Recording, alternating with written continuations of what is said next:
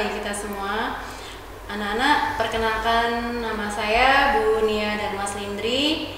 Di sini saya mengajar mengenai mata pelajaran teknologi perkantoran.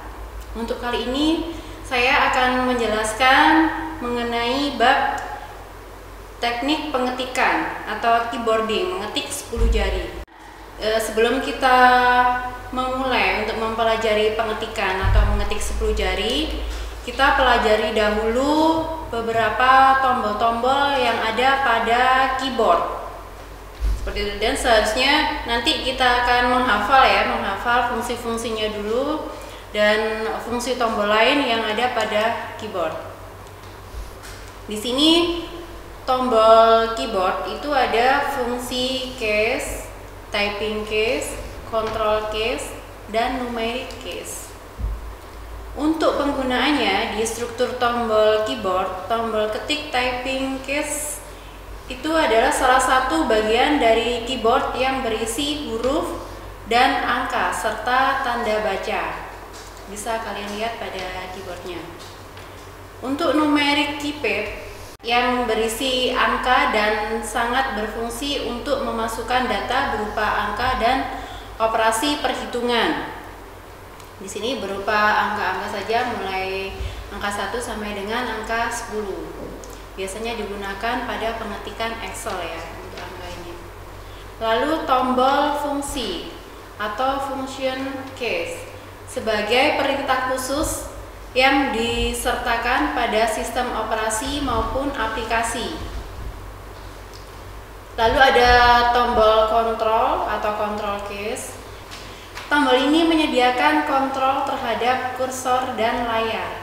Yang termasuk dalam kategori ini yaitu tombol bersimbol panah, home, end, insert, delete, pack up, pack down, control atau yang biasa kita sebut CTRL, alternate atau ALT, escape atau ESC.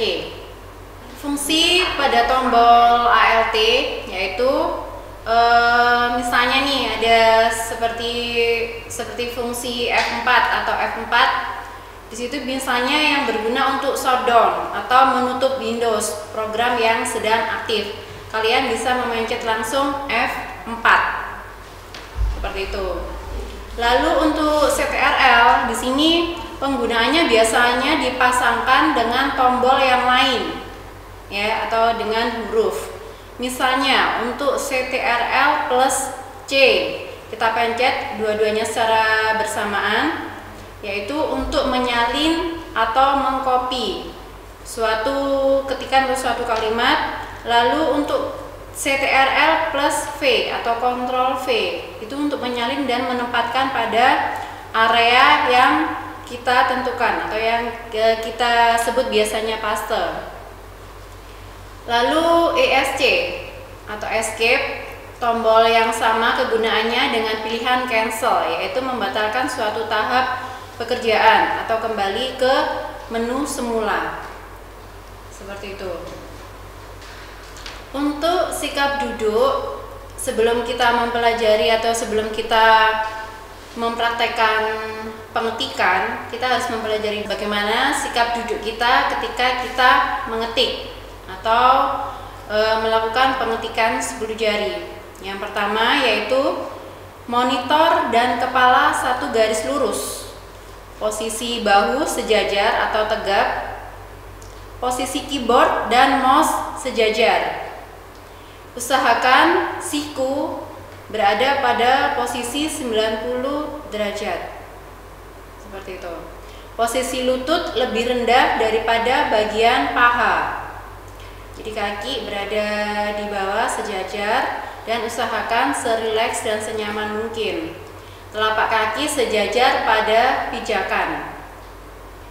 Penempatan jari tangan pada papan keyboard atau papan ketik, yaitu di sini sudah ada gambarnya untuk masing-masing penempatannya, yaitu misalnya pada jari kelingking di situ berwarna orange.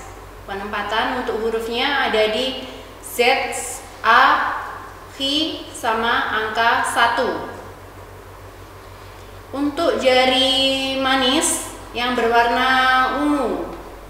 Untuk jari manis yang berwarna ungu, penempatan pada huruf yaitu Hi, S, W, dan angka 2. Untuk jari tengah berwarna orange, di situ penempatan pada tombolnya pada huruf C, D, E, dan angka 3. Untuk jari telunjuk, ini yang sebelah kiri ya, jari telunjuk sebelah kiri berwarna biru, penempatan tombolnya untuk huruf V, F, R, dan angka 5. Lalu untuk ibu jari pada spasi atau spacebar dan ALT.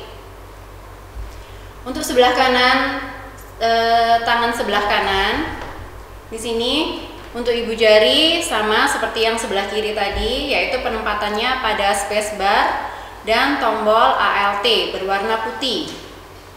Untuk jari telunjuk di sini berwarna kuning. Ya, penempatan hurufnya ada pada huruf N, M, H, J, Y, U, dan angka 7. Seperti itu. Lalu untuk jari tengah berwarna hijau, di sini penempatan pada tombolnya yaitu pada koma,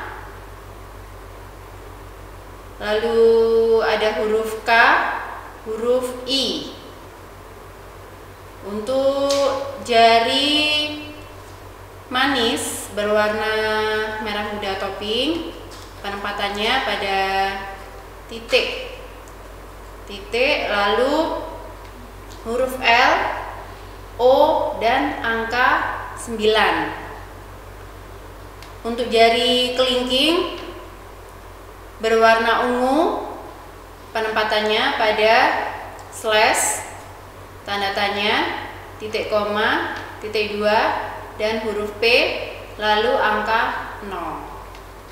Seperti itu. Yang lainnya yang harus kalian biasakan atau hafalkan untuk penempatan awalnya, yaitu pada jari-jari kiri dan kanan, yaitu pada tombol A, S, D, F, G, spasi untuk ibu jarinya dan spasi lagi untuk sebelah kanan, lalu G, H, I, J, K, L, dan titik koma. Seperti itu yang harus dibiasakan untuk penempatan pada awal-awal pengetikan.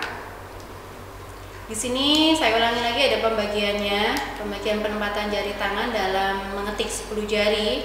Untuk lebih jelasnya, mengetik 10 jari untuk tugas tangan kiri, diantaranya tadi yang sudah saya jelaskan, kelingking, jari kelingking, ada pada CTRL, Shift, Caps Lock, Tab, tanda petik, atas ALT, ZA, I, dan angka 1. Untuk jari manis ada pada huruf I, S, W, dan angka 2.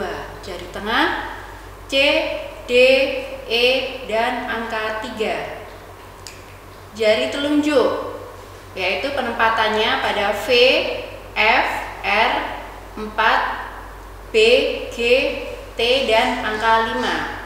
Untuk ibu jari sama dua-duanya yaitu ALT dan spacebar atau spasi.